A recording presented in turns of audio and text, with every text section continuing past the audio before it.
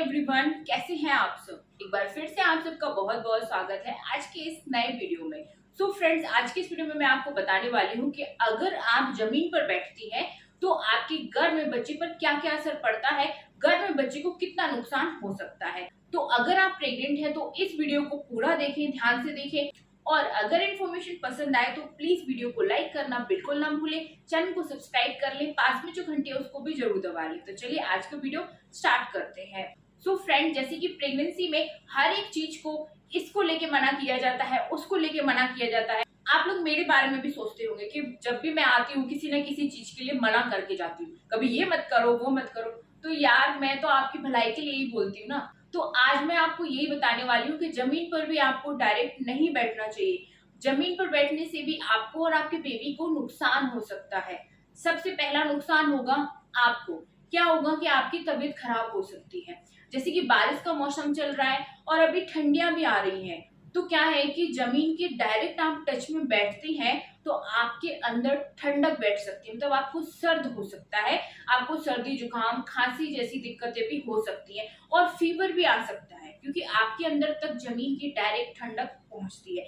इसीलिए आपको स्पेशली बरसात में और ठंडियों में जमीन पर नहीं बैठना चाहिए। दूसरा नुकसान, आपको इन्फेक्शन हो सकता है। जैसे कि पैरों से लोग अंदर बाहर कितने सारे बैक्टीरिया अपने साथ लेकर आते हैं, और आप जमीन पर बैठती हैं, वहां पे हाथ रखती हैं, टच होती हैं, मतलब जमीन को टच करती हैं, तो क्या होता है कि आपके हाथ के जरिए आपको इन्फेक्शन हो सकता है। क्योंकि वैसे भी प्रेगनेंसी में इम्यूनिटी पावर बहुत ज्यादा वीक हो जाता है, तो उस वजह से छोटे से छोटा इन्फेक्शन ना आपको पकड़ लेता है। कभी फीवर देगा, जुकाम देगा, खांसी देगा, तो इसीलिए आपको इन्फेक्शन का डर भी जमीन पर बैठने से हो सकता है।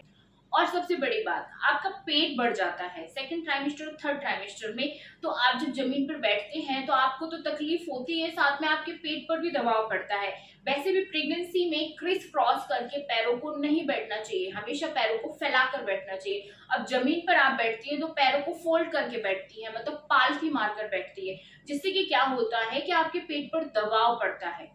इसीलिए आपको जमीन के टच में बैठना अवॉइड करना चाहिए, क्योंकि ये आपके गर्भ में बच्चे पर दबाव डालता है। चौथा इसका नुकसान होता है, जैसे आप सबको पता है कि जमीन में ग्रेविटी होती है, मतलब किसी भी चीज को अपनी तरफ खींचती है। तो आप जमीन के टच में बैठते हैं और आपके पेट में बेबी पल रहा है, तो आप पर इफेक्ट पड़ता है और बच्चे पर भी इफेक्ट पड़ता है। ग्रेविटी के कारण आपकी बॉडी में बहुत ज्यादा पेन हो सकता है अगर आप जमीन पर बैठती हैं तो, और गर्भ में बच्चे को भी नीचे की तरफ खींचता है। इसीलिए आपको जमीन पर नहीं बैठना चाहिए।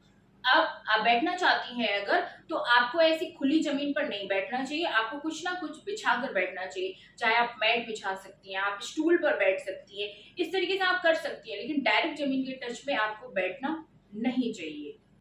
और इसके साथ ही जैसे कि बारिश का मौसम है, ठंडियों का मौसम है, और इवन डिलीवरी के बाद भी आपको नंगे पैर नहीं चलना चाहिए।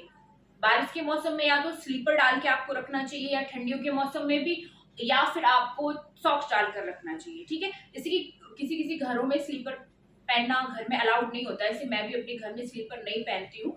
तो क्या है कि आपको सॉक्स डालकर रखना चाहिए, या अंदर जो सॉफ्ट वाली जूती आती है वो डालकर रखना चाहिए। पैरों के जरिए अंदर तक ठंडक पहुंच सकती है, सर्द पहुंच सकता है, तो आपको दिक्कत हो सकती है, और आपके पंजों में भी पेन हो सकता है नंगे पैर रहने से।